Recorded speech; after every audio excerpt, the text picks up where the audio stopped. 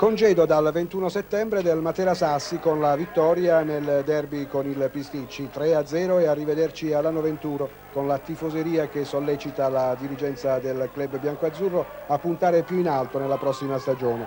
Risultato sbloccato dopo 22 minuti di gioco dal solito Neroni. L'attaccante materano fa tutto da solo e sorprende Scaldaferri fuori posizione. C'è poco da raccontare nel derby del Materano, padroni di casa, certi di condurre in porto la vittoria dopo il gol del vantaggio e Pisticci incapace di costruire una manovra in grado di produrre occasioni significative per tentare l'aggancio. Niente affatto rinunciatari però gli uomini di Montenegro, buono il loro impegno fino al limite dell'area materana, poi le solite pecche offensive che hanno lasciato inoperoso il portiere di casa Piccolo, mai chiamato in causa per sbrogliare situazioni difficili.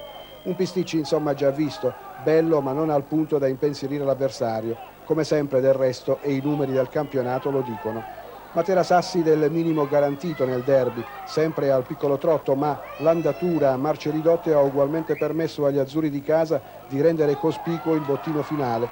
Sugli sviluppi di un calcio d'angolo al 22esimo della ripresa Dioguardi di testa fa il bis e 3 minuti più tardi è Garrone ad andare in gol.